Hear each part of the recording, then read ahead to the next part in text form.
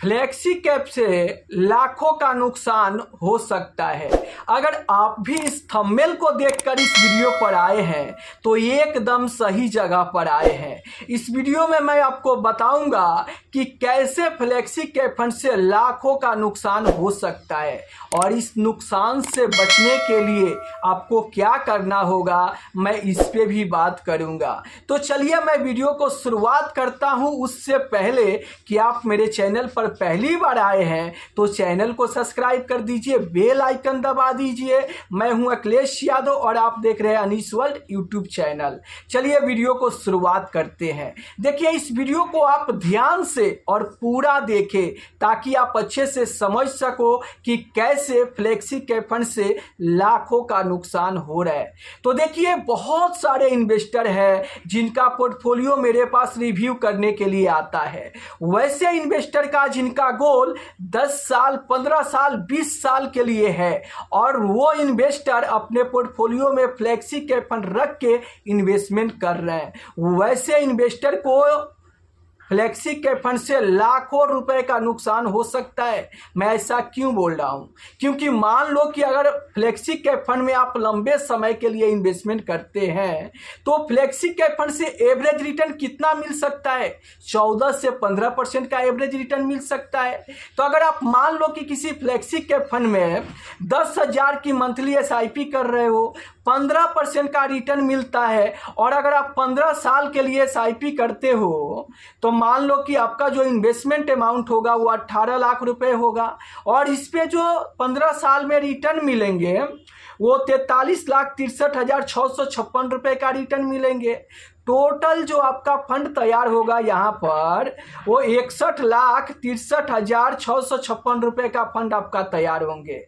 लेकिन यही सेम पैसा 15 सेम समय के लिए अगर आप स्मॉल कैप फंड में डाल देते तो वहां से जो 15 साल में एवरेज रिटर्न मिलता वो 18% तक का एवरेज रिटर्न मिलता, क्योंकि पहले पिछले 10 सालों में मिल चुका है। तो अगर यही सेम 10,000 की SIP और वहां से 18% का रिटर्न मिलता और सेम समय आप 15 साल के लिए करते स्मॉल कैप में, तो यहां से जो आपका फंड तैयार हो रहा है वो आप देख सकते हैं स्क्रीन पर 80,11,000 रुपए का फंड तैयार हो जा रहा है। तो आपने देखा, सेम पैसा सेम समय के लिए आप फ्लेक्सी कैप फंड में डाल रहे हैं तो 61 लाख रुपए का फंड तैयार हुआ। वही सेम पैसा सेम समय के लिए अगर आप स्मॉल कैप फंड में डाल देते हैं तो 80 लाख रुपए का फंड तैयार हो रहा है। तो डिफरेंस कितना का हो रहा है? पूरे 19 लाख रुपए का डिफरेंस देखने को मिल रहा है, जो कि अगर आप यहां पर 15 साल के लिए फ्लेक्सी कैप फंड में इन्वेस्ट करते हैं तो आपको पूरे 19 लाख रुपए का लॉस हो रहा है। इसीलिए मैं बोलता हूं कि वैसे इन्वेस्टर को फ्लेक्सी कैप फंड में इन्वेस्ट करने से बचना चाहिए जिनका गोल 10 साल से ऊपर का है। क्योंकि आजकल बहुत सारे इन्वेस्टर 10 साल के लिए, 15 साल के लिए, 20 साल के लिए अपने इन्वेस्टमेंट कर रहे हैं, वो फ्लेक्सी कैप फंड में कर रहे हैं। तो अगर 10 साल से ऊपर का गोल है तो आपको बिल्कुल भी फ्लेक्सी कैप फंड में इन्वेस्ट नहीं करना चाहिए। अगर आप इन्वेस्टमेंट करते हो तो आपको लाखों रुपए का नुकसान हो सकता है, जो कि मैं आपको कैलकुलेट करके दिखाया हूं। अब देखो, कैसे इन्वेस्टर को फ्लेक्सी कैप फंड में इन्वेस्ट करना चाहिए। मैं ये नहीं बोल रहा हूं कि फ्लेक्सी कैप फंड खराब है, आपको इन्वेस्टमेंट नहीं करना चाहिए। आपको बिल्कुल इन्वेस्टमेंट करना चाहिए। कैसे इन्वेस्टर को फ्लेक्सी कैप फंड में इन्वेस्ट करना चाहिए, चलिए मैं आपको आसान भाषा में ये भी बता देता हूं। देखो, वैसे इन्वेस्टर जिनका गोल सिर्फ 5 साल के लिए, 6 साल के लिए इन्वेस्टमेंट करना है, वैसे इन्वेस्टर को फ्लेक्सी कैप फंड में इन्वेस्ट करना चाहिए। वैसे इन्वेस्टर जिनका गोल 10 साल है, 15 साल के लिए, 20 साल के लिए गोल है, वैसे इन्वेस्टर को फ्लेक्सी कैप फंड में इन्वेस्ट करने से बचना चाहिए। अगर आप 10 साल, 15 साल, 20 साल के लिए फ्लेक्सी कैप फंड में इन्वेस्टमेंट करते हो तो आपको लाखों रुपए का नुकसान हो सकता है। आपको क्या लग रहा है? आप अपनी राय कमेंट बॉक्स में जरूर बताना कि जो पैसा आप सेम अगले 15 साल के लिए यहाँ पर स्मॉल कैप फंड में इन्वेस्ट करते हो तो वहाँ से 18 से 19% का रिटर्न मिलेंगे। वही सेम पैसा अगर आप 15 साल के लिए फ्लेक्सी कैप फंड में डालते हो तो क्या वहाँ से फ्लेक्सी कैप फंड से 18-19% का रिटर्न मिलेंगे? बिल्कुल नहीं मिलेंगे।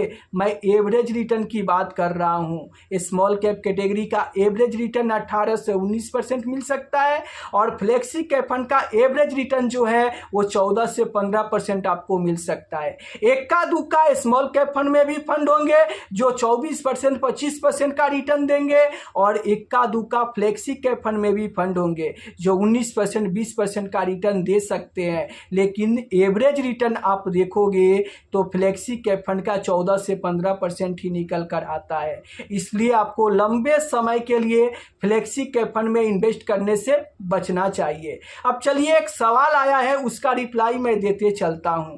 तो आज का जो सवाल आया है वो आप स्क्रीन पर देख सकते हैं। ये सवाल आया है कि quant small cap fund, Mahindra small cap fund, Aditya Birla PSU fund, JM flexi cap fund कैसे है? इनमें पिछले 2 साल से मैं एसआईपी कर रहा हूँ। इनमें 10 साल इन्वेस्टमेंट करना चाहता हूँ। क्या मुझे इन्फेक्ट को कैंसिल कर देना चाहिए या कंटिन्यू रखना चाहिए? कृपया मुझे अपना सुझाव दीजिए। देखिए, अगर 10 साल के लिए आप इन्वेस्टमेंट करना चाहते हैं तो quant small cap fund best है आपके पोर्टफोलियो में।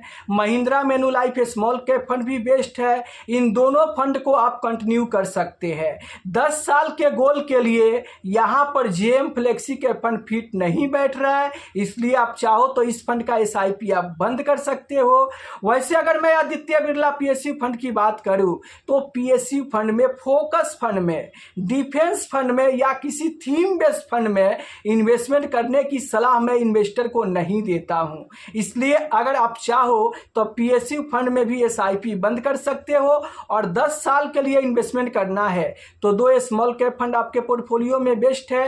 एक आप Motilal Oswal mid cap fund ले सकते हैं और यहां पर जेएम फ्लेक्सी कैप फंड में एसआईपी बंद करके, पीएसयू फंड में एसआईपी बंद करके जो पैसा बचेगा उसको आप Motilal Oswal mid cap fund में एसआईपी शुरू कर दीजिए। अब देखिए, पिछले 2 साल से जितना भी आपने इन्वेस्टमेंट किए हैं उस पैसे को आप फ्लेक्सी कैप फंड में, पीएसयू फंड में इन्वेस्टेड छोड़ दीजिए और अभी से एसआईपी बंद करके उस पैसे को आप मिड कैप फंड में इन्वेस्टमेंट कीजिए।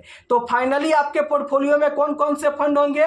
Quant small cap fund, Mahindra Manulife small cap fund और 2 पीएसयू फंड और फ्लेक्सी कैप फंड को बंद करके Motilal Oswal mid cap fund में आप नया एसआईपी शुरू कर दीजिए। और इसी 3 फंड के साथ अगर आप 10 साल तक इन्वेस्टमेंट करते हैं तो यही 3 फंड आपके पैसे पर ज़्यादा पैसा बना के आपको अगले 10 साल में दे सकता है। अब आपकी क्या राय है कमेंट करके ज़रूर बताना।